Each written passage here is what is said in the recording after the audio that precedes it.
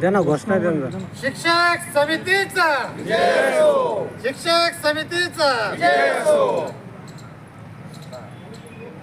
आवाज कुणाचा? शिक्षक समितीचा. आवाज कुणाचा? शिक्षक समितीचा. जिल्हाध्यक्ष महाराष्ट्र राज्य शिक्षक समिती. सर, काय मागणी आहे तुमची? आज तुम्ही आंदोलन केलं जिल्हा परिषद समोर. 15 मार्च 2024चा संच मान्यतेसंदर्भातला शासन निर्णय रद्द झाला पाहिजे. शासन निर्णय रद्द करणे शासनाचं धोरण आहे.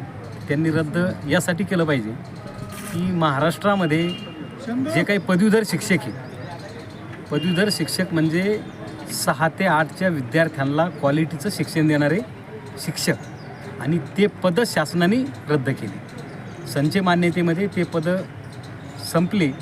शासनाचं असं म्हणणं आहे की 20 पटापेक्षा कमी विद्यार्थी संख्या असेल तर त्या ठिकाणी एकही पदवीधर शिक्षक राहणार नाही. आणि जिल्हा परिषदेच्या शाळा ह्या ग्रामीण भागात आहे, वाडीवस्ती तांड्यावर आहे, आणि ग्रामीण भागातील वाडीवस्ती तांड्यावरील गरिबाच्या, बहुजनाच्या, शेतकऱ्याच्या, कामगाराच्या लेकरांचं शिक्षण त्यामुळे धोक्यात आलं. पर्यायानं काय होईल की ग्रामीण भागातला पालक आपल्या मुलांना काढून दुसऱ्या शाळेत टाकेल, खाजगीच्या शाळेत टाकेल. पर्यायानं जिल्हा परिषदेच्या शाळा बंद पडतील. म्हणजे जिल्हा परिषद शाळा बंद पाडण्याचं हे धोरण आहे. शिक्षकांचे पदं संपुष्टीत आणण्याचं धोरण आहे.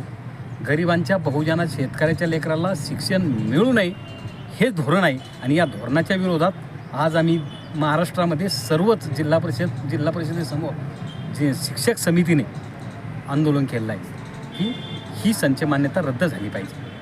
सर, किती शिक्षक आहेत ते? आता तुम्ही तो उल्लेख केला आहे पदवीधर. असे 25,000 शिक्षक हे राज्यामध्ये, आणि 25,000 शिक्षकांची पदंही संपुष्टात येणार आहे या धोरणामुळे.